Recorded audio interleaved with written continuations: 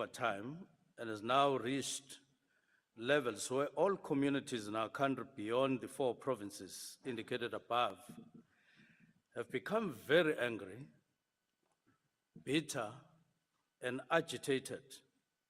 The pain has gone very deep. The mood expressed in communities all around the country is also reflective of statements that have been made in the House unanimously against these crimes in the short past. Somewhere in the background, the current socio-economic conditions are militating against low crime levels in the country and need to be addressed urgently by this House and also by the executive. The modus operandi of the perpetrators involved in these heinous acts is well known.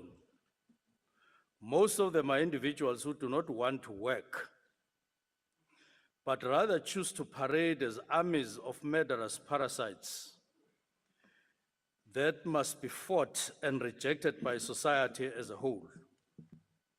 They are often armed, operating in groups, and instill fear and chaos. The relative silence of communities and low reporting is all due to these fears. So we offer communities toll-free numbers, we communicate, we talk to them, but there's a lot of fear out there. Police, of course, led by ministry, are hard at work fighting these crimes on a daily basis. Among recent operations is where suspects identified through intelligence as extortionists were confronted in Milnerton in Cape Town. 4 suspects were fatally wounded in a shootout with police, while 4 were admitted in hospital with wounds, and 2 ran away and escaped. In the Eastern Cape, operations are underway and we're focusing in Mthatha and Nelson Mandela Bay on similar crimes, including illegal occupation of buildings and stock theft, among others. 12 cases have recently been reported on the hotline, and investigations are underway. We are observing signs of resistance among criminals, but want to say that police will prevail. They will have to prevail, and we'll make sure that they prevail. We must also mention that we shocking incidents of lowest morality, where church services, funerals, and other family-related functions get disrupted by these extortionists. In Gauteng, 3 criminals were arrested in Bronkhorstspruit 3 weeks ago and on activities related to extortions. Soweto is also a place that has received our attention in the incidents of extortion. In Mpumalanga, 3 arrests were made recently in cases of extortion and fighting over turf on the same purpose. In Free State, the target of extortionists include pensioners and people who receive RAF. Generally, there's more extortions going on in the communities than meet the eye. This requires more intelligent operations on our side. And we know we have to strengthen intelligence, we have to improve intelligence, we have to find information on our own in terms of profiling these criminals. Because communities, as I say, they do report, but not enough. In the context of above, the whole government approach, we have initiated signing of cooperative agreements with provincial and local governments with operational plans, all seeking to integrate our resources against crime. Currently, the operational plan is being rolled out here in the Western Cape and Cape Town with its new 6 sub-districts that are going to make it much more easier for us to police these areas, jointly with city police, with private companies, with law enforcement and CPFs. The model will be replicated in all metros in the country. The operational plan will include CPFs and private security companies, as I've indicated. The Eastern Cape and Nelson Mandela have agreed on the operational plan, and it is currently being rolled out, and we will be launching it soon. We're meeting Gauteng on Thursday this week on the same program. Next will be KZN on the 19th and the 20th of this month. All these metros coincide with the concentration of crimes in the country. And this alignment will help us fight much more effectively in an aligned way in terms of resources. We're also holding a series of meetings with sister departments on collaboration against crime as per National Integrated Crime Prevention Strategy. This Friday, we're meeting as JCPS cluster to tighten up our act and to come up with better synergies. The deadline for us to complete national policing policy is the end of October this year. This will, among other things, deal with police stations, just the definition of a police station, just the norms and standards of a police station, urban or rural. We need that so that we define what a police station is. And it will relate to infrastructure and application of such norms, including where police live in their barracks and all of that. We believe traditional leaders and communities have a role to play, and they will be engaged. And finally, legislation reviews are underway. 1 is SAPS Amendment Bill, 2, SIRA, 3, CSPS Act, 4, Critical Infrastructure Amendment Bill, and 5, overhaul of Criminal Procedure Act by Department of Justice and as police who are participating. And this is important. We have our eye, among other things, on things like parole. We think that quite a large number of criminals get paroles unduly and prematurely in a number of cases, while they still should be sitting in jail. We'll be going through this with the portfolio committee, and we hope that we'll go through this financial year so that we improve the way we deal with criminality in our country. Thank you very much. Thank you, Honourable Minister. The next speaker is the Honourable Skosana.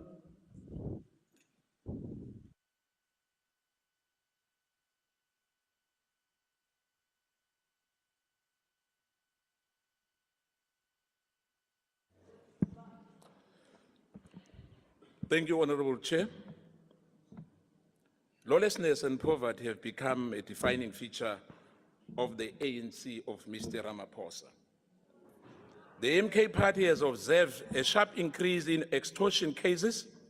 This is a troubling indicator of the country's economic struggle.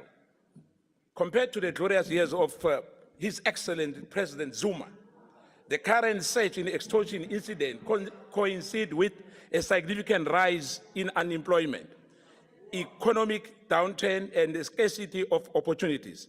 It is ironic how the years of His Excellency President Zuma were dubbed the wasted years. Quite absurd, and is madness. The MK party also wants to highlight the ineffective consequence management, which is exacerbated by the weakness in the South African Police Service Act, particularly Section 40, Minister, and the 2016 SAPS disciplinary regulations. The inadequacy perpetuates misconduct and undermines the public interest. Furthermore, the lack of rigorous application of these laws enables some of the ROC SAPS members to engage in extortion and other forms of misconduct with impunity. Citizens are terrified of reporting crimes like extortion because some police are alleged to be involved. En route to complete a fiber installation project in Dr. Kenneth Kakawunda District Municipality, a contractor encountered 2 individuals claiming to represent the Klersdorp community. According to the South African Police Service, these matters were reported. These men demanded employment opportunities and protection fee of 50,000, threatening the contractor to vacate the site and return with the payment. This incident highlights the dire consequences of economic hardship and the soaring unemployment rates.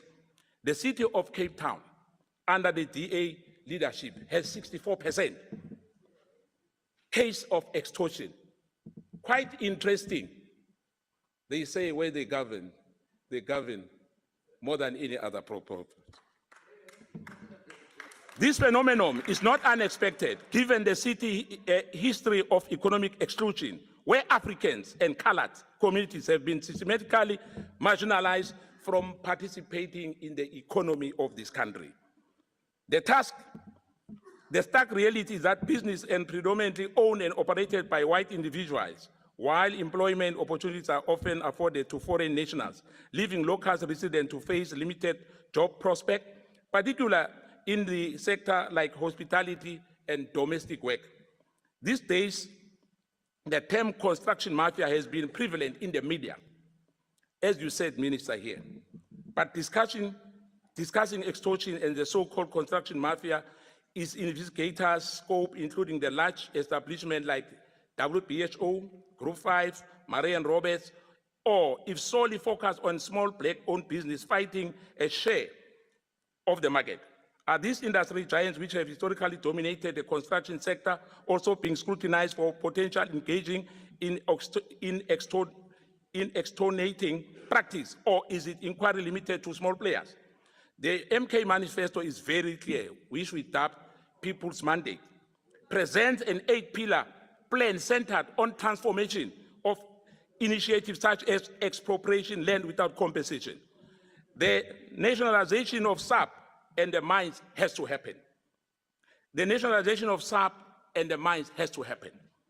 Through this mandate, the MK party emphasized that the neglecting these fundamental issues will lead to government to merely treat the symptoms rather than address the underlying cause of societal problems. The MK party unequivocally condemns and does not encourage extortion.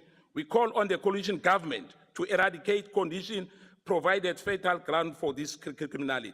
We are calling the coalition government to do that. We are calling, the studies have shown positive correlation between crime and poverty. Finally, the MK party are calling the IPD to urgently investigate the complicity of some SAP members who are involved in extortion. Lami lama felelo ngizokuthi la eCape Town bengikhamba namapolisa abhadala i-protection fee, Minister. Amapolisa arente kogugu lethu. Kwabhaca uprincipal udutshuliwe esikolweni e-Eastern Cape. Daylight. Uprincipal utitsha omkhulu. Imraro le igcala musinto le ingakhona ulungiseka. Uma amachuguluko lapha kini ningawenza ngendlela efaneleko. Into engizoyitsho kuwena ukuthi umphakathi uyalila, Minister. Ningakhuluma abanye bashouta masikhulumako. Mara iqiniso libhlungu ngithi. Iqiniso libhlungu liyahlaba. Mara ngifuna ukutsho ukuthi amachuguluko la ekhaya eMzansi ukuthi enzakale kufuneka ukuthi abaholi basidosele ngendlela erehe. Ngoba nje ngifuna ukuyibeka nje icace nisifaka ngemgodini ngiyanithokoza. Thank you, Honourable Member. The next speaker is the Honourable Cameron.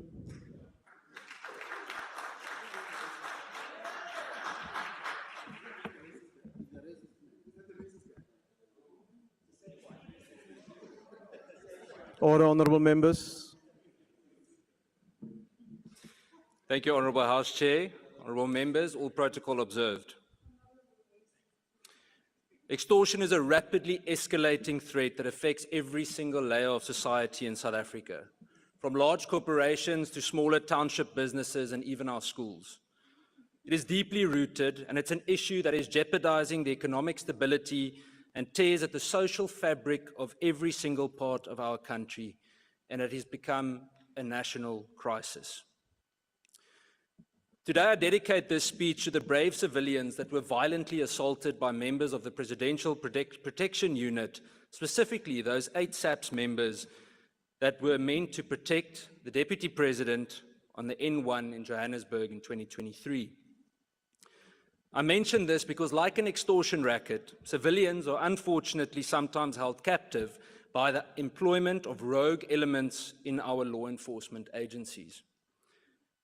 These isolated rogue elements unfortunately then cheapen the ranks of the majority and thus the thousands of professional officers and dedicated cops that work so extremely hard. And even though they're on the minority, these bad actors impact not only their fellow officers, but erode public trust that our law enforcement agencies so desperately need. This very incident underscores the need that we urgently must address the misconduct within our own ranks before we can effectively and sustainably combat the existential extortion epidemic facing this country. The courage of these specific victims and whistleblowers like Babita Diukaran, Thomas and Kluter Murray, who confront corruption and injustice head-on, are powerful reminders of the vital role that integrity plays in our collective effort to oppose those who exploit and oppress our communities. Extortion is not a new phenomenon in South Africa, but it's now reached a point of crisis. Recent events, such as the closure of Dr. Anele Yako's ophthalmology practice in Mthatha, who was forced to shut down his practice and go into hiding, highlights the destructive impact these crimes have on individuals, their communities, and the essential services that they are meant to provide. Extortion actually acts as an additional illegal tax on an already strained economy, draining businesses of much-needed funds.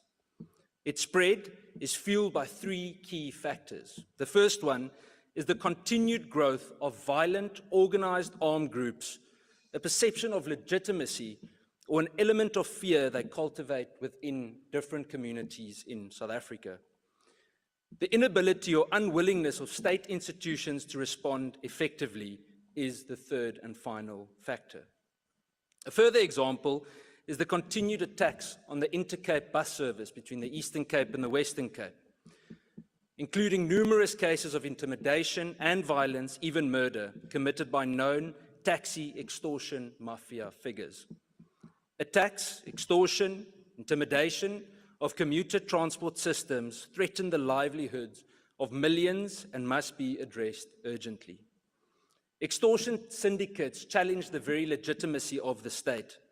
Their demands for local taxes, similar to those seen in regions where gangs or militias have completely taken over the state functions, and they appear especially where state institutions are either weakened or compromised.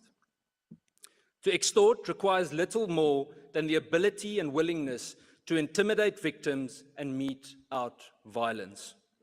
No sector is immune, from public transport, construction, and small businesses to critical public services like healthcare and education. It has also become pervasive in our nightlife economy, often linked to the drug trade and others. And if unchecked, it will spread to other sectors, and it will be exacerbated by cases of corruption and bribery in law enforcement. The impact of extortion on our communities is absolutely profound. It creates a climate of fear, stifling entrepreneurial spirit, and deters investment. In townships where small businesses are lifelines, extortion can ruin businesses, cost jobs, and devastate livelihoods, if not only take them, which in turn worsens poverty and further social instability. The construction industry is plagued with construction mafias and demands a share of contracts. They demand experience and thus causes project delays. It increases costs and even abandonment of those projects, further deterring investment and harming our fragile economy. In the public sector, extortion groups target essential services like waste collection, water and sanitation, and road maintenance, impacting the poorest communities the worst. These criminal acts not only disrupt the daily life, but also undermine the trust in public institutions that are meant to serve and protect, like the South African Police Service and even the National Prosecuting Authority. They use terror to ensure that their victims are silenced, and they obviously then, as the Minister correctly said, stifle crime reporting. The fight against extortion is not a unique one in South Africa. It's a global challenge. It requires innovative responses, and Japan's successful efforts to curtail the Yakuza's influence offer valuable lessons in curbing protection payments, and countries like Italy that have seen success by simple community-based projects where they have also engaged businesses to then publicly reject any form of mafia involvement. Community-driven initiatives on grassroots level, supported by effective state action, can empower communities and create a collective against extortion. It's simple. Our joint response just simply cannot be business as usual. Combating extortion requires a multifaceted approach. We need specialized law enforcement units on combating extortion and organized crime, capable of gathering intelligence, infiltrating syndicates, and ensuring robust prosecutions. In conclusion, there's no way that we can solve this crisis if we don't have integrated incentives for both the prosecuting authority and the police. If they don't work hand in hand, we cannot expect. Honourable Member, your time has this expired. fight. Thank you. Thank you. The next speaker is the Honourable Dr. Ndlozi. Thank you very much, House Chairperson. Deputy President, again, the Minister has not paid attention to the gravity of what we are dealing with. The Minister came here and he spoke. Quite frankly, I don't know that the people of South Africa have confidence that the police are going to attack extortionists. There is no comprehensive crime prevention strategy. And until that happens, you're always going to run after the fact. After extortion has happened, you'll be running after people. What is your plan? What did you say today? You're going to work with provinces, you're signing agreements. That has been done before. You're going to work with CPFs and security companies. That has been done before. That's your strategy. You came here to tell us that. Extortionists find themselves and express themselves in four aspects. One, which is a long-standing practice in the clubs. And in the clubs, there is a strong phenomenon of security companies. You're going to work with which security companies? They are involved themselves in telling clubs that they must be employed or else they're going to have to be attacked in all forms of violence and be ran into the ground. It's very clear here in Cape Town. Very big and strong and violent security companies are the ones that are running the clubs and on the basis of a proper extortionist network. The construction mafia, the 30%ers, what are you going to do with them? There's nothing that has come out today as to what you're planning to do with the people who are extracting 30% and rendering the state literally dysfunctional at a local level. Cyberbullying. A lot of women are taken videos during sex and the men threaten, for an example, to expose those videos in order to keep them in relationships or to extort money from them. And there's a lot as well of extortionist tendencies within the cybercrime space. Finally, public institutions, hospitals, schools. We are told that Mercantile Hospital, one of the doctors was told that he must bring 50,000 protection fee or face violence. A male nurse at Tata School for the Blind and Deaf and his family were held at gunpoint on Tuesday. 2 armed men demanding 50% protection fee. Numerous businesses in Umtata, in recent weeks, Sasol Garage on the main road was closed. People are demanding protection fee. In everything that you have said today, I don't know that we are getting confidence. What do the people of South Africans want to hear? One, they don't want to hear that you don't know these criminals and you are saying the reports are not coming to the police stations. That is dishonest. By the way, you're the only people who don't know these criminals that are extorting communities. Only the police in South Africa are claiming ignorance. Our people know. And the reason the police are claiming ignorance is because the police are embedded. It's because correctional services is embedded. There are people who come from prison who are convicted of murder who are transported outside, commit heinous violent crimes, murder and assassinations, come back into prisons. When you're looking for them and you're reporting them, police say those people have been arrested already. What is your strategy regarding these activities? You do not have. So what did you come here to Parliament to do? PR empty exercise. This government of National Ndondoni is not going to succeed if it is obsessed with media. You've got to have a comprehensive, concrete strategy that is based on the lived experience of our people to combat crime. Don't come here for a PR stance. You don't have a strategy yet, and it's katsakosiapel. What must be done?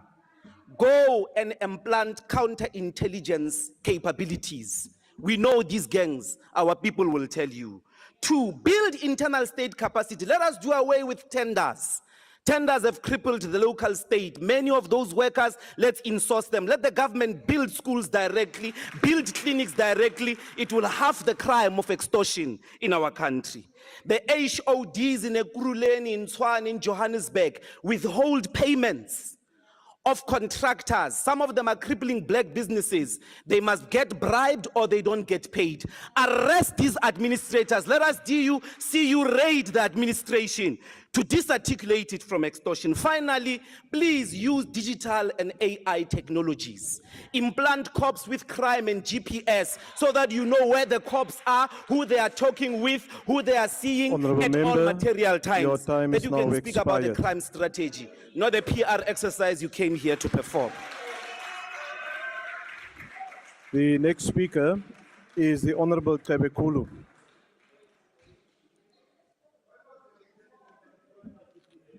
Thank you, Chairperson or members.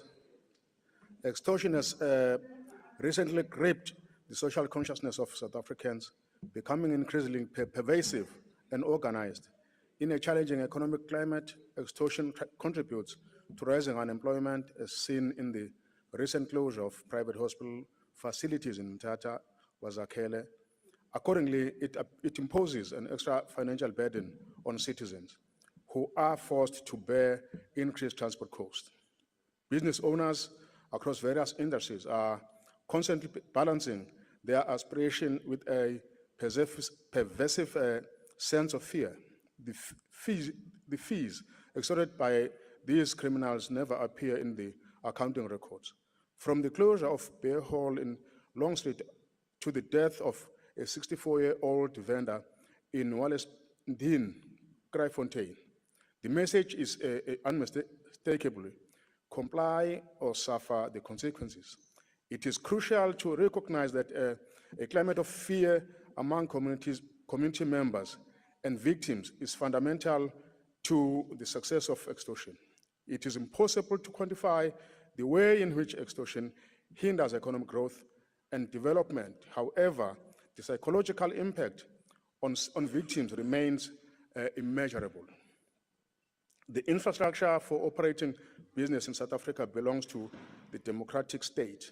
This is supported by the fact that South African Revenue Services, as an organ of state, is mandated to collect revenue. The act of extortion undermines the rule of law, or as the global initiative observed, that extortion aims to control some aspects of economic, social, political life, and squeezes out or supplement legitimate forms of government. Furthermore, it is important to note that extortion helps sustain criminal governance. This pervasive fear is linked to the fact that extortion is difficult, if not impossible, to prosecute collectively. Therefore, addressing this crisis necessitates a collective approach, I must say. Put differently, working together, sharing information that helps build effective strategies that benefit the collective community that is exposed to extortion. New approaches to intelligent policing are needed to address this phenomenon. However, the first step is to allocate the necessary resources, provide thorough training, and better equip police officers to effectively handle violent confrontation. I must say, Honourable Chairperson, lezi zinkomba zokuthi lelizwe kwathi akuyona i-Banana Republic, kodwa njengamanje sibona libheke eweni okukhomba ukuthi impela liya ekuthenini kube i-Banana Republic ngezenzo ezenzakala phambi kwamehlo ababusi, kodwa kube kuncane abakwenzayo ukubhekana ney'nselelo. Kuyadabukisa khona ukusho ukuthi ukungabibikho kwe-intelligence emaphoyiseni ezwe lethu ikhona kakhulukazi okuyimbangela ukuthi kwenzeke lezi zinto njalo sisukuma sekonakele bese siyobopha. Asikwazi ukubuka izinto zingakenzeki ukuze siyinqande, sivikele isizwe, sivikele amabhizinisi ethu, sivikele nezwe lakithi ekuthenini lithathwe zigilamkhuba njengamanjena ezimatasa. Lapho kufaka ingxenye yamaphoyisa athile, kufaka ingxenye yombutho wamasosha athile, ayingxenye yokwelekelela ukungcola phakathi kwezwe lethu. Sihlonishwa, kuyoba kuhle uhulumeni wethu asukume. Honourable member, your time has now expired. Thank you. The next speaker is the Honourable Sauls.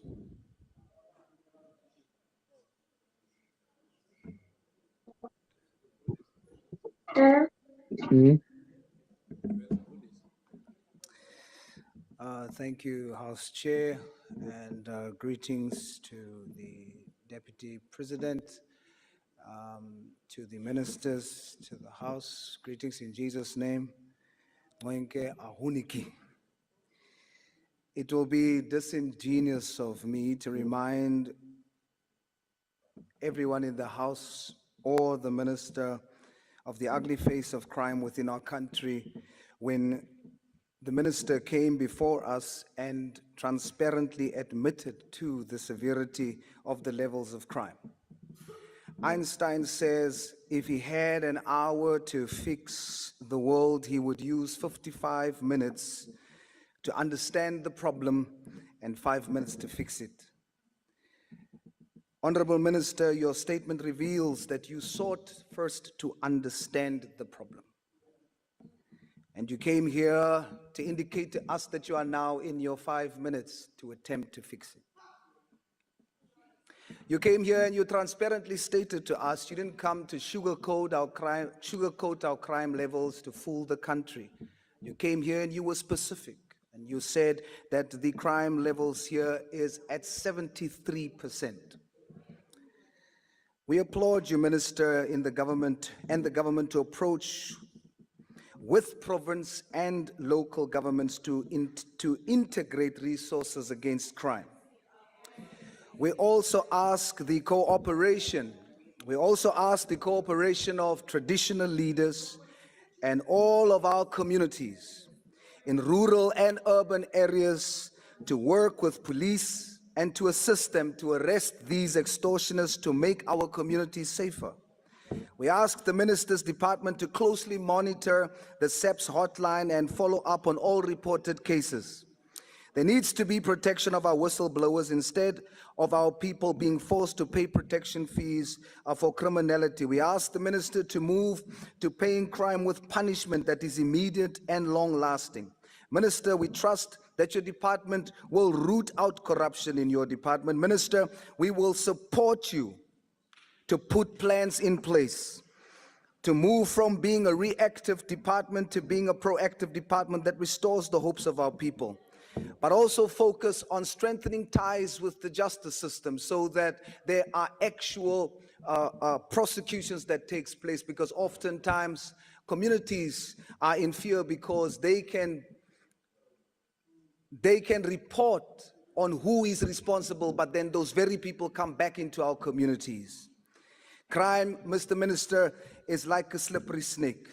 But I believe, as the House knows my faith in Scripture, that you should be like a Moses when he faced the snake and did not take it by the head, but take it by the tail, so we can say you have crime under control. The next speaker is the Honourable Denner. Thank you, House Chair. Honourable House Chair, the crime of extortion, whereby criminal networks demand payoffs from businesses in exchange for, in some cases, protection from these mafias themselves, or on some or other perceived grounds that infringe upon these businesses' right to exist and trade freely, has cost the South African economy about 68 billion rand thus far. As if private sector businesses don't have enough to cope with extremely poor service delivery in South Africa in general, and a government that far too often used to scapegoat the private sector for everything that went wrong, extortion has become one of the worst millstones around the neck of businesses in our modern history. The quarterly crime statistics released last week revealed that extortion has more than doubled from the same quarter in the previous year, with Gauteng and KwaZulu-Natal leading in the numbers of cases reported in the country, and experts say extortion syndicates are not restricted to only construction, as so many of us know, but vary also and include, amongst others, housing, the taxi industry, the hospitality industries, and we've heard of many other examples here today. Crimes of extortion often are coupled with the threat of violence or real violence against business owners, their workers, and more often than not, their families. And I think the Minister described it very aptly by calling them armies of murderous parasites. And Minister, that's exactly what they are. It is no wonder then that the crime of extortion is underreported, because much like in the cases of GBV, many victims are afraid that the repercussions for reporting these crimes will lead to further violence. This means that the cost of this growing crime trend is probably much more than the estimated 6 billion rand that it has cost the South African economy thus far. These criminal syndicates are also not region-specific, but have started spreading from urban areas to smaller rural towns and communities across the country, disrupting development and undermining economic stability. As was mentioned numerous times, reporting of these crimes are very low.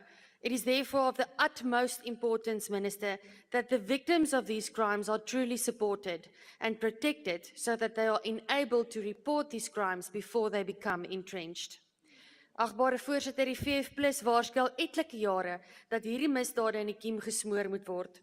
As daar op ons waarskuwings ag geslaan is, sou ons nie nou hier gewees het met hierdie probleem wat elke dag al ewig groter word nie. Nietemin, ons is nou hier en is die plig van die regering van nasionale eenheid om die gemors van die verlede skoon te maak, sodat ekonomiese vooruitgang, werkskepping en die welstand van die Suid-Afrikaanse gemeenskap verseker kan word. Daarom verwelkom die VF+ die planne van die minister van polisie wat hier aan ons vandag voorgelê is. We would have liked to see more Honourable details, Member, Minister. your time is now expired. That's a pity. Thank you, Chair. Thank you. The next speaker is the Honourable James.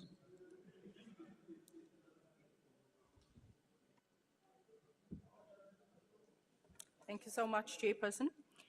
The issue of extortion syndicates in our country has spiraled dangerously out of control, becoming a crisis that strikes at the core of our economy and society. This isn't just about crime. This is about government's inability to serve and protect our communities and our businesses. Extortion rackets have spread like cancer, threatening our economy, destroying businesses, business confidence, and terrorizing our communities. No sector is immune from this notorious construction mafias to now even local businesses that are under siege. Look no further than in the Eastern Cape, where businesses are being driven out of business. It is not an isolated issue, it's systemic, cutting across all sectors, and no community or business is safe under this government's watch. Minister, you have inherited a crisis, no doubt created by the incompetence of your predecessor. For too long, government's lack of a coherent, zero-tolerance approach has allowed these criminal networks to embed themselves deeper into our communities. We are a nation of laws, yet extortionists operate with near total impunity. The facts speak for themselves. It's either police are in their pockets, they don't know how, or they are compromised. We cannot ignore the glaring possibility that these syndicates are politically connected, as some reports indicate. The most severely impacted are always our most vulnerable, laat ek nie daar gaan nie. Their dignity is systemically stripped away by an indifferent government that only takes action when it's too much, when it's uncontrollable. This isn't just a fight against crime, it's a fight to restore dignity of our communities and to protect the most vulnerable amongst us. We must hold those in power accountable. We need a police force that will act decisively without fear or favor and dismantle these syndicates. It is unacceptable for fear and corruption to rule the streets, while those elected to serve us look the other way or jump to action when it's too late. Our communities deserve better. And it is our duty to demand better, that the law serves the people, not the few, and certainly not those who profit from this racket and chaos. I thank you. Thank you, Honourable Member. The next speaker is the Honourable Thring.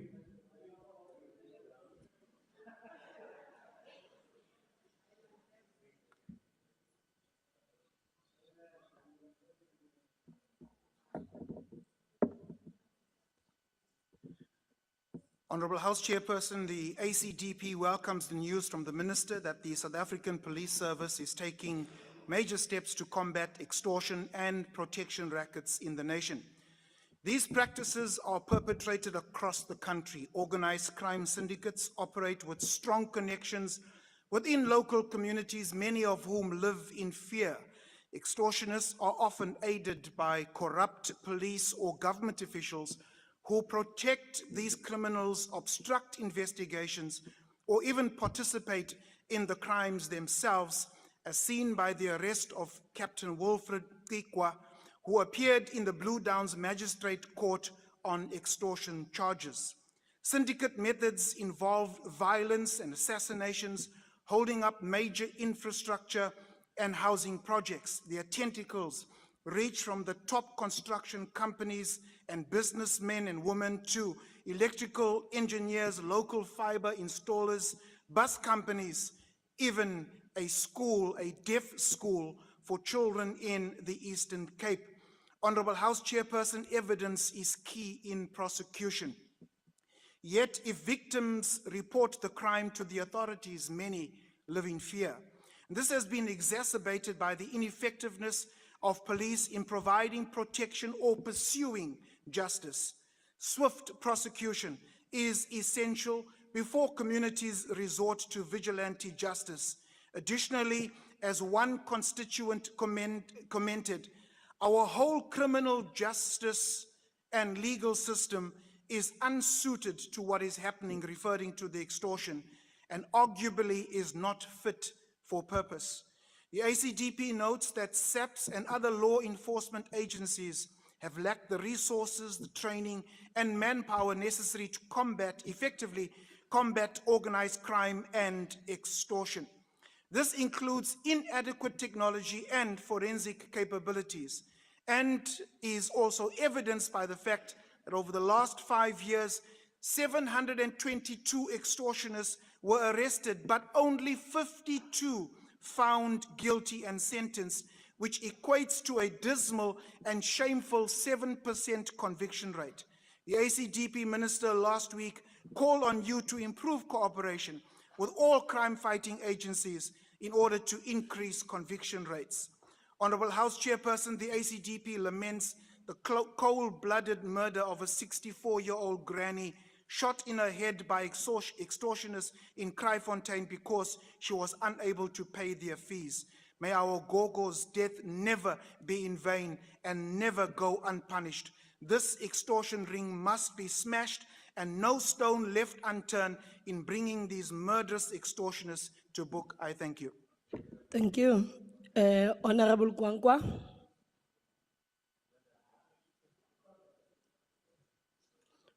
Honorable Kwankwa. Honorable Kana.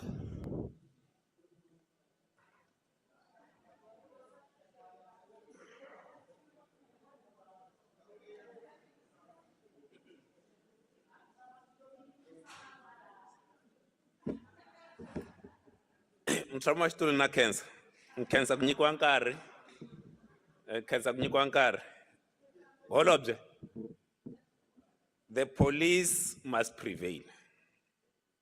They have to prevail because we are not safe. They have to prevail because businesses are not safe. The police have to prevail because pensioners are not safe. Communities are not safe. The extortion gangs and rackets are terrorizing all of us. Doctors running practices are being targeted. Informal traders are a target. Spaza shop and small businesses are a target, including construction sites that have become battleground. This has become a pandemic.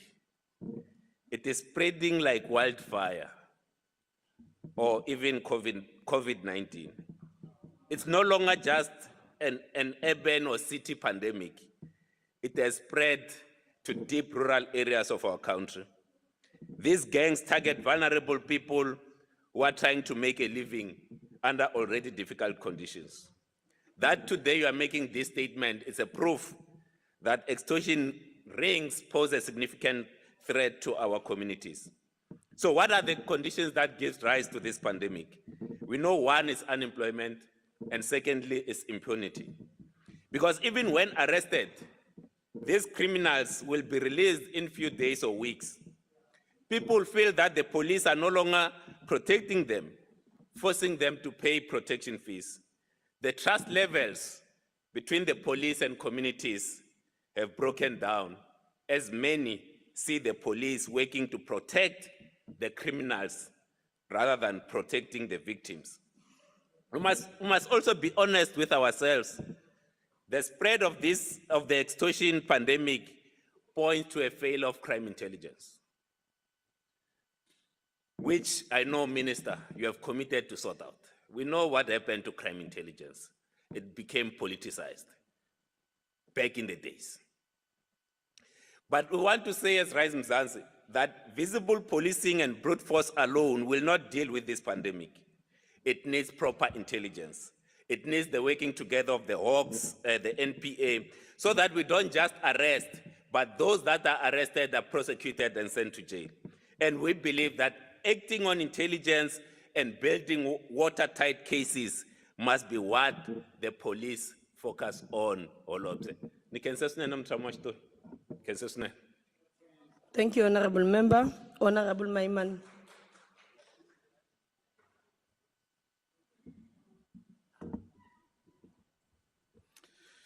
Honorable Minister, Deputy President, fellow South Hello, Africans. sorry.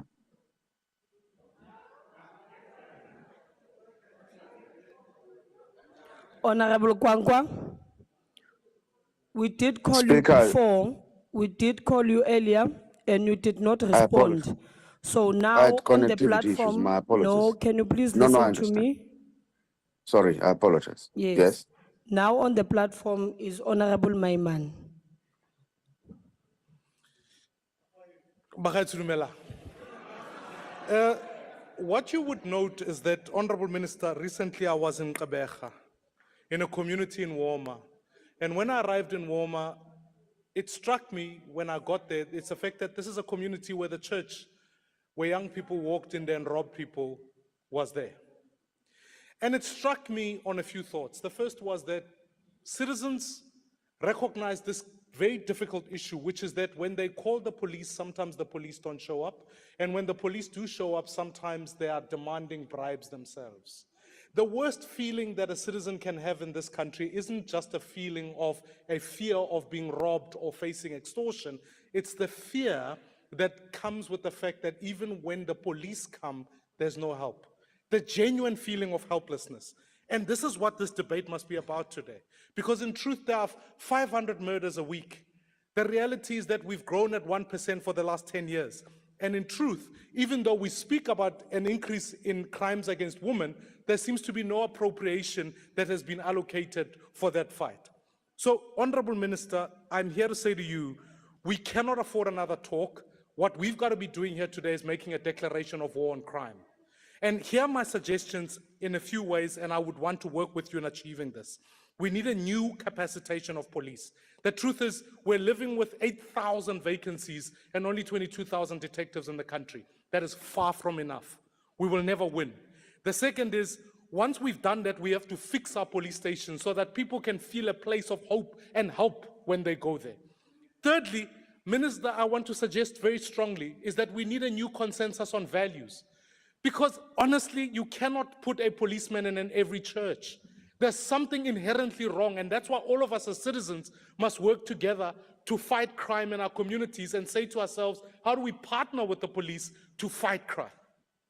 More seriously, I want to urge that we need a different prioritization. Before 2010, Minister, what remained patently clear was that when we prioritized murder, which is the general feeling people fear, is that we're able to focus police resources, capacitate, budget, and fight crime. And so what I'm suggesting is that let's increase the budget, let's get better police, and let's ensure more vitally that once we've done that, we give them the best vehicles to fight. Let's eradicate ethical or policemen who lack ethics and leaders who lack ethics. Because if you create the impression that if you do the crime in this country, you'll get away with it, trust me, extortionists believe the same. So in my closing, Minister, if we work with the Department of Justice, we have to improve conviction rates. Otherwise, our prison doors are revolving doors. Time for talk is over. It's time for us to act now. Thank you very much. Thank you. Honorable Kwankwa. Thank you very Kwankwa? much, House Chair. Yes. Thank you, House Chair. Minister, andizibe ndikhumsha mna because enye into esiyidingayo ngamapolisa angasebenzisaniyo nale gang. Mna bendinelishwa lokuba ndafakwe ebhutini, ndaphantsi ubulawa yidyongwana, ikwekwe in fact, ibikhunyiwe ngalo mhla isenza loo nto. Kanti ibikhululwe isandokwenza olunye ulwaphulomthetho iwonishiwe. Abantu ke baseMpuma Koloni, bendiseMpuma Koloni izolo oku. Iigaraji zaseMthatha zakwaSasol zivaliwe ngenxa ye-extortion. Oogqirha baseGqeberha bazivalile ii-practices zabo ngenxa ye-extortion.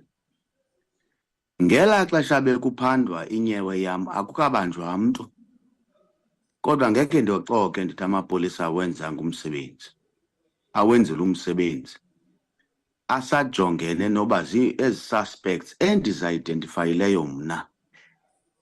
Ngokwendlela zabo ke zokwazi ukuthi ngobani bebekhona kwindawo yexhwayelo. Balinda ukubanjwa. Kodwa into eyivelileyo, Minister, ngela xesha kanye bekuphandwa, yinto yokuba ingxaki ikhona kwalapha emapoliseni. Kukho amapolisa asebenzisana nabantu abenza le extortion. Ndifuna abantu beCape Province, iyeke le nto ye-Eastern Cape ne-Western Cape, yayi-Cape Province kuqala. Aba bantu bahlala kweli phondo lase-Cape Province. Into azabayenze into yokuba banikele amapolisa ukuthi bayilwe le nto njengokubutshilo. Kodwa uba amapolisa ayohluleka, abantu bephondo le-Western Cape ne-Eastern Cape bangaxakwa ukuthi asizuphila singamagwala ngenxa yotsotsi. Ayizukwenzeka. Uba amapolisa uhluleka, siza kuba ngomba. Uba ukuba ngomba kubalungisi, sizabathumela kwizinyanya zakomakwabo. Kuba into ebuhlungu into yokuba baqala koosomashishini kuphela imisebenzi ngenxa yalamakhwenkwe. Emveni uba kuphela imisebenzi, bazawuthi xa bezibulele bewabulele onke la mashishini bacinge into yokuba nasemakhaya ngomso kuzawuthiwa ukuze ungabiwa le plasma TV bhatala i-protection nasezindlini. Zisiqala kakubi ezintwana. Ndizoxoka mna kuwe. Njengomntu osuke ebhutini ophantsi wabulawa ngalamakhwenkwe. Honorable Uba Kwankwa, amapolisa waziwalungisa, your time is expired. zakwabulala Minister, sawangomba. Unoxoka kuwe. Your time is expired.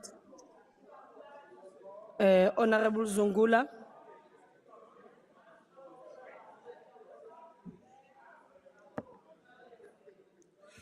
Mandibulele sihlalo. Minister, extortionists are brazen criminals who have got no regard for law-abiding citizens. They target everyone, including the most poor and vulnerable in our society. The national government needs to follow the lead of the KZN police in dealing decisively with criminals. The KZN police has shown the country the type of attitude we need to have towards criminals. There must be a no-nonsense approach. The people all over the country appreciate and support the work that is done by the police in KZN. The foreign-funded NGOs and the experts that have made themselves the mouthpiece of criminals at the expense of South Africans must please volunteer their skills and be in the front line of police operations.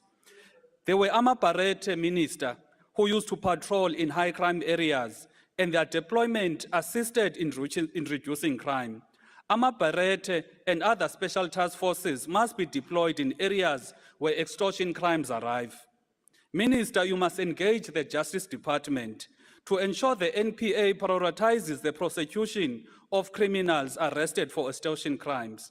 The security cluster must work together to ensure we deal decisively with criminality at all levels.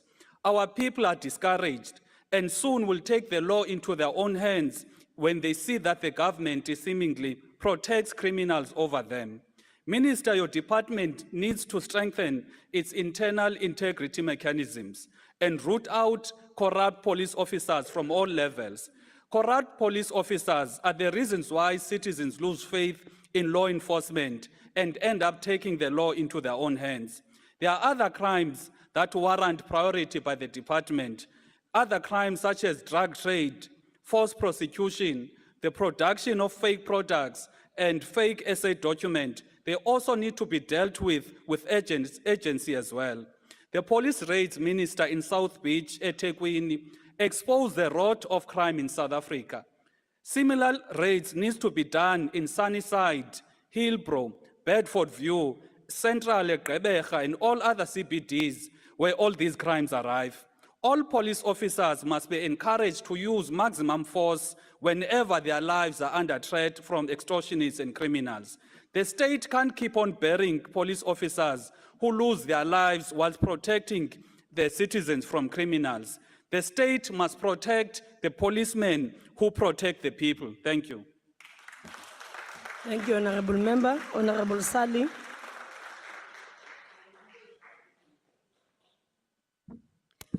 Honorable Chair, Honorable Minister, Assalamu alaikum to all.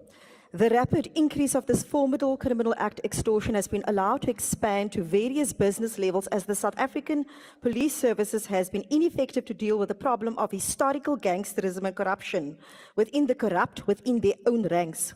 For far too long have gangs been at liberty to view extortion as a lucrative criminal act with high chances of not getting caught. Civil society organizations have over the past 3 decades warned government of corrupt officials within SAPS at the borders and airports. Gangs, organized crime, and mafias have been exploiting the government's weak security measures to deal effectively with them, and this weakness further led to the community's lack of trust in the powers that be. We can see that the reality of extortion, the situation is far more serious than is perhaps realized. It has infiltrated not only various levels of businesses such as construction, coffee and spaza shops, minibus taxis industry, private transportations, etc. These extortion economies are interlinked, and they use extreme violence and hitmen to carry out their deadly attacks on innocent people who refuse to pay their protection fees. While Jama-ah notes the recent efforts being made by SAPS, we question as to why they've been dragging their feet in apprehending these criminals. SAPS know who the gangsters, drug dealers, the mafias, extortionists are. It is disheartening to note that even our sailors who live in Kailicha and working at Simonstown Naval Base are being expected to pay fees for protection while to safeguard their homes. Jama-ah calls on government to remove corrupt officials and to look towards meaningful measures to identify and eradicate extortion by establishing a specialized unit with specialized skills, ensuring proper collection of evidence and effective prosecution of these criminals. Monitoring and tracking extortion economies, act against organized crime syndicates, policing on extortion activities must be proactive. Communities are the government's eyes and ears on the ground. Systems must be put in place to gain the lost trust they have in SAPS so that they can can report activities of extortion. It is useless to make arrests only and to mess up cases, as all these have rippling effects on our country's social economic stability. I thank you. Thank you. Honorable Adams.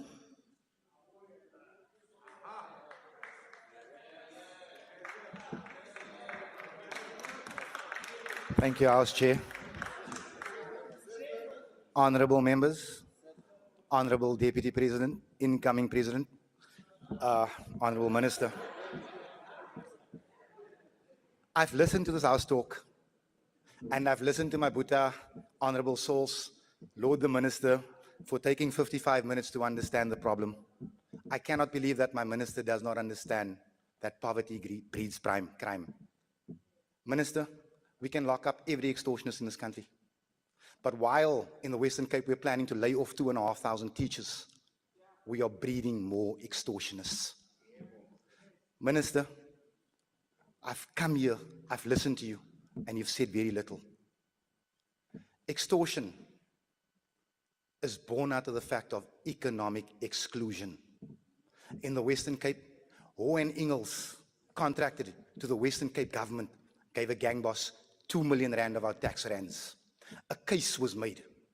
No arrest followed, but it's confirmed. Minister, if that was a black-owned company, they'd be in prison today. Minister, let me assure you, as long as our local businessmen are not included in the tender process, in the benefits of everything, this thing will never stop. Minister, it is apparent that this government is okay with criminals taxing the poor. It becomes problematic when they start taxing the rich. Minister, this is not your problem. It's a socio-economic problem. SAPS is at the wrong end of this. Until we include all of our people in the benefit of all of this country, this problem can only grow.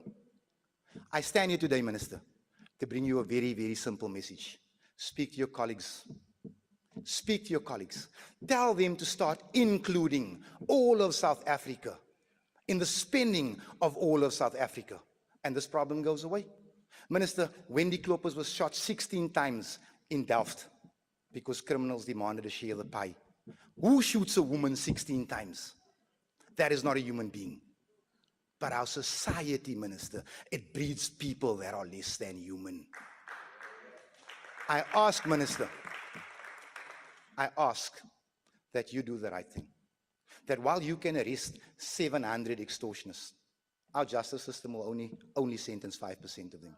The rest of them will be released in the same communities where they fed off. It is a cycle. It is a cycle that is going nowhere. Minister, I want to one last thing before I leave. As a colored person in the city of Cape Town, I can't work in a township. Kalicha doesn't want me. Samora doesn't want me. But this house doesn't talk about that. As a colored person, I can't be schooled in the townships alongside my black brothers. But this house doesn't talk about this. Are colored people in South Africa persona Honorable non Adams. grata? Thank you. Thank you. PAC. Thank you, Honorable Chair. The PAC welcomes the statement by the Minister. The crime of extortion is growing. It is moving towards rural areas. This is an issue that goes beyond policing. It is war. As Minister highlighted, we have to have a hand on specialized unit that will not be distracted by any other thing. We call on communities to utilize hotlines to blow the whistles against this crime and other crimes. Minister must condemn more with criminals and defeat them. Thank you, Honorable Chair. Thank you. Honorable Matlati.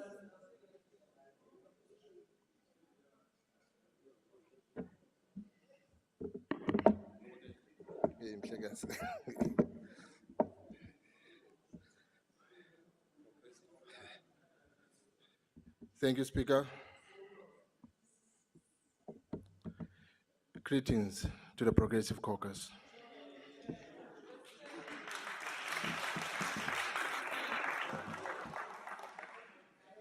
Honorable Minister, extortions, once perceived as an isolated crime, has now metastasize into a nationwide threat that demand immediate and decisive action from our law enforcement agency. Extortion is no longer confined to underworld or limited particular sectors. It has spread across industries, from small business to large corporations, from rural areas to urban centers. This cancerous growth of criminal activity is crippling the enterprise, discouraging investment, and eroding public trust in the government's ability to protect the citizens. The most alarming trend we have witnessed is the rise of organized crime syndicates that operate within the near impunity, exploiting loopholes within our legal frameworks, at times leveraging the very structure that means to protect us. The question we must ask ourselves is this: how did we allow it to get this far?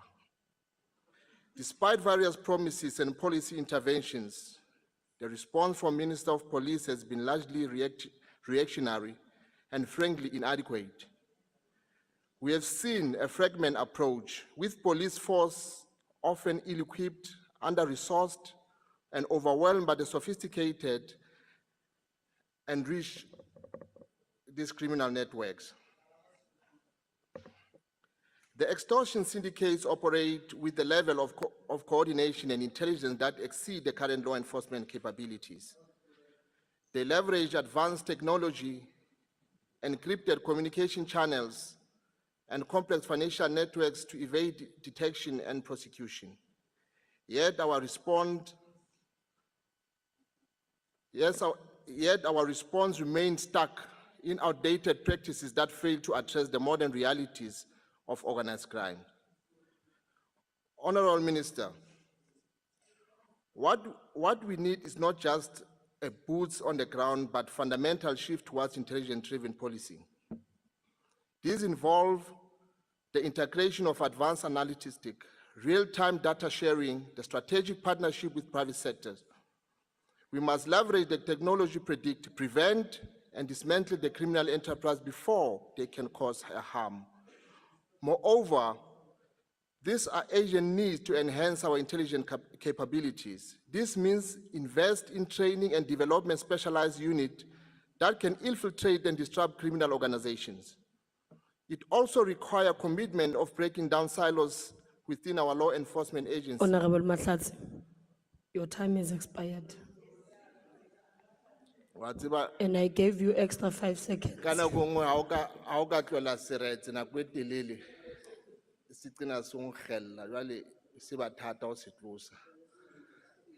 Thank you, Honorable Member. Honorable Platis.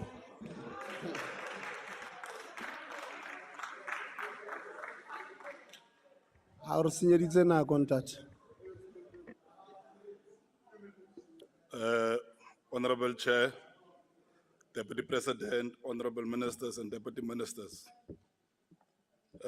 Minister, we are welcoming your outlining of the interventions by the police to deal with crime in general, including the crime of extortion that is rising within our communities. These interventions are aimed at building safer communities, which is a priority of the ANC. Our people want to live in safer communities without fear of criminals, and they want to engage in business activities without any hindrance from criminals. Our point of departure and our point of arrival is that all of us have rights under the Constitution in Chapter 2 of the Constitution. Some of the fundamental rights include the right to dignity, the right to life, the right to freedom of trade. Therefore, it should be born in the minds of criminals that they harm their fellow citizens when they engage in activities of extortion, when they frustrate and stop construction activities demanding money for services they didn't render. Undermining these fundamental rights of our people is as outlined in the Constitution. To these criminals, we must say that no matter how powerful they are, they cannot have a right to undermine the rights of other people. The law enforcement agency must stop and rein on them. We characterize these crimes of extortion as crimes of economic sabotage because it disrupts economic activities, construction industries through so-called construction mafias. Crime of extortion robs some of businesses, especially small businesses, of their hard-earned revenue to criminals who thrive and threatening our people in our communities. It goes without saying that many aspirant business person will not invest in our economy because of the fear of extortionists. Extortionists are militating against the noble efforts of the government to build safer communities, the efforts of creating conducive environments of economic activities to thrive, disrupting government infrastructure development, and therefore extortionists target various businesses, including the transport sector. Some schools have to close and learners have to miss time at school and lessons because of extortionists wants to be part of projects that is run at school. These crimes of extortion are rising in many provinces, including the Eastern Cape, Gauteng, KwaZulu-Natal, Limpopo, Northwest, and the Western Cape. The concern is that crimes can be many, but many of our people are afraid to come forth because of fear. We note the deployment of extra police and the capacity in the Eastern Cape to deal with the crimes of extortion. This deployment follows the engagement of the police with stakeholders in Mthatha and Gqeberha. This deployment of police will also focus on clamping down gangsterism, which is also linking to extortion. It is important to acknowledge the contribution of civil society and traditional leaders. It is in this regard, we would like to commend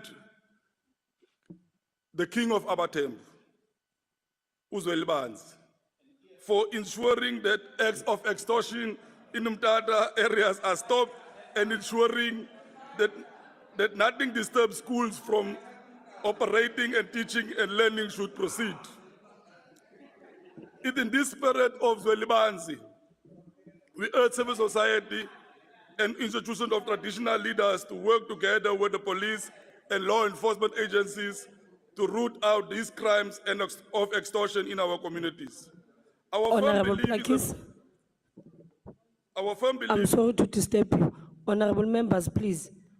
We can speak, but can we not drown the speaker? We cannot hear from this side. Thank you. Continue.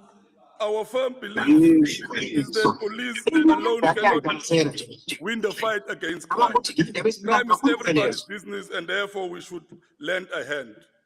We commend your collective and cooperative approach, Minister, amongst the law enforcement agencies, and also all spheres of government. We call on society through the CPFs and other civil society organizations to join hands with all law enforcement agencies to fight the crime in our country. We therefore call on you, Minister, to convene a national dialogue in the form of community imbizo so that we don't leave our communities behind on what we want to do. We call on the society through the CPF and our civil societies organization to join hands with law enforcement. We cannot surrender our country to criminals. We have to fight so hard. We have fought so hard for our country's democracy, and many of our compatriots have died for this freedom, and therefore nobody has the right to undermine the freedom we have been visiting crime upon our people. Therefore, Minister, we welcome your intervention, and I thank you. Thank you. Our last speaker, the Honorable the Minister.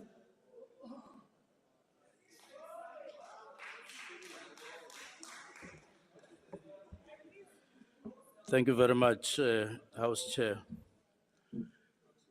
I think the first point we need to make at this stage is that we have an honor of this debate being attended by our Deputy President.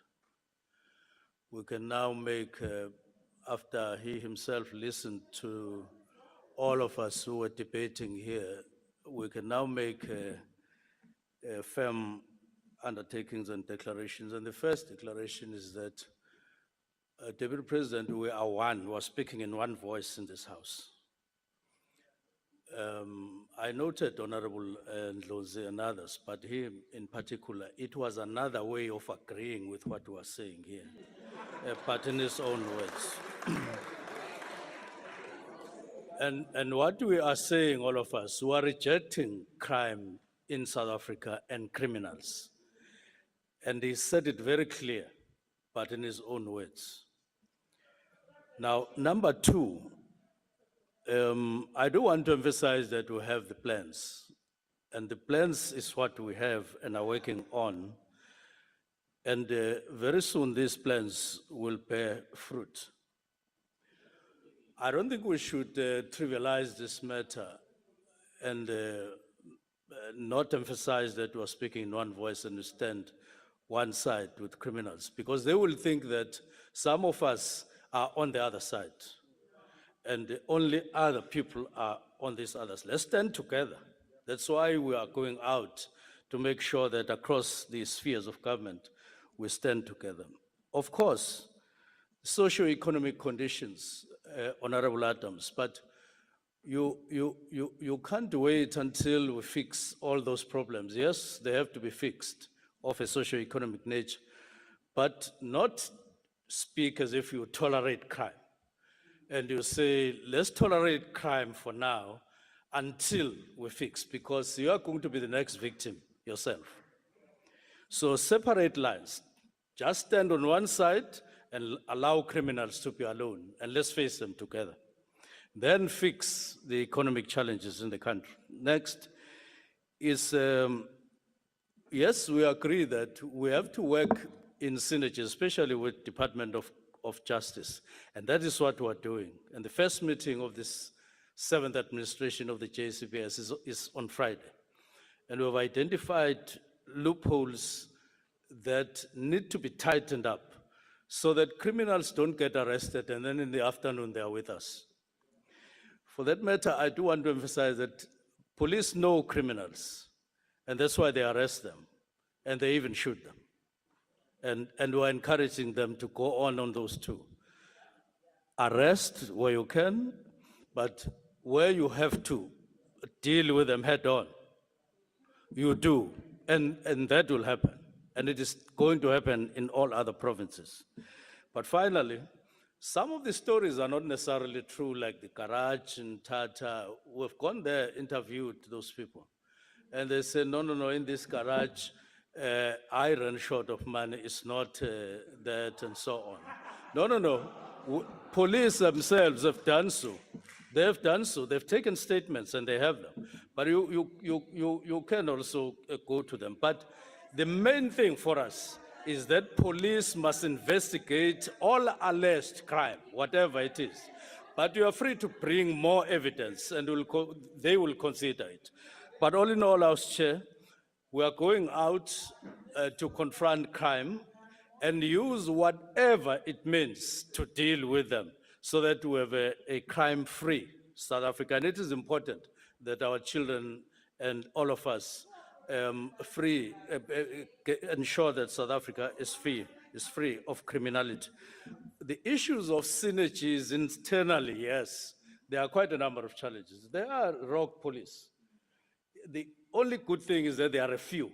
If you compare, it's just that any bad thing that one policeman does or policewoman does, it taints the image of all police. But the majority of them are doing very well, and we can trust them and work with them and rely on them for safety and protection in the country. Thank you very much. Thank you, the Honorable the Minister. Honorable members, that concludes party responses to the statement. I request members to stand and wait for the chair and the maids to leave the chamber. That concludes the business.